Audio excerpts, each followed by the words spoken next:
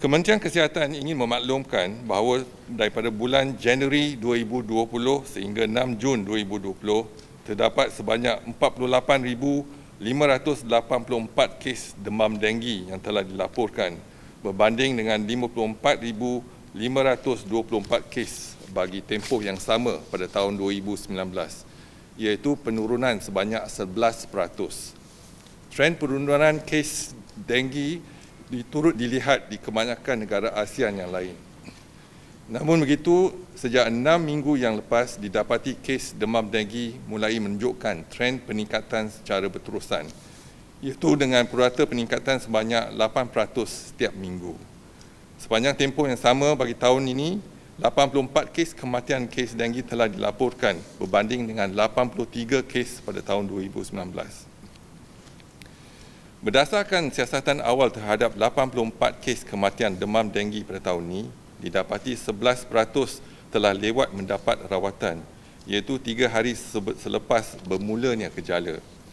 Kementerian menjangkakan akan berlaku peningkatan kes demam denggi gelombang kedua bermula awal Jun sehingga September 2020, iaitu berdasarkan trend kes demam denggi selama 5 tahun.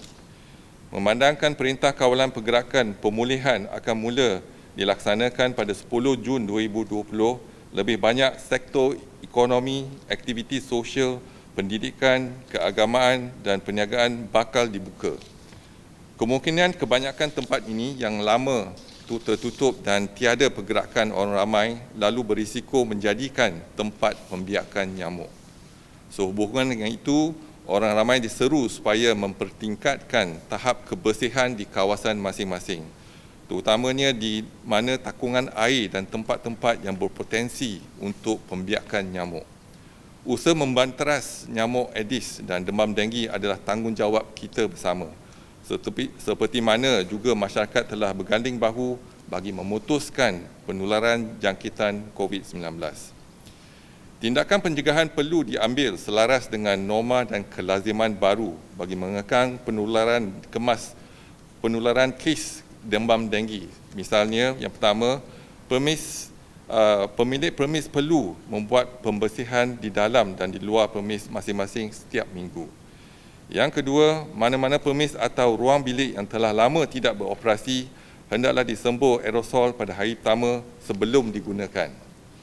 Yang ketiga, aktiviti lawas hiding, iaitu penggunaan secara berkala bahan untuk membunuh jentik, hendaklah dilakukan dalam bekas yang menangkung air seperti kolam air, pam dan mangkuk tandas serta tempat-tempat yang menangkung air. Amalan penjarakan sosial dan kebersihan kendiri yang tinggi semasa menjalankan aktiviti pembersihan ini. Yang keempat, setiap individu perlu menggunakan perlindungan diri dengan memakai repellent dan pakaian yang menutup anggota badan daripada jangkitan nyamuk.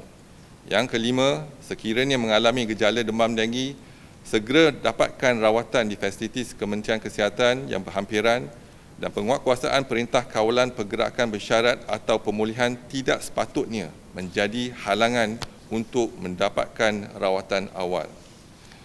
Semua fasilitis kesihatan termasuk kerajaan dan swasta perlu berwaspada sekiranya terdapat kes disyaki demam denggi.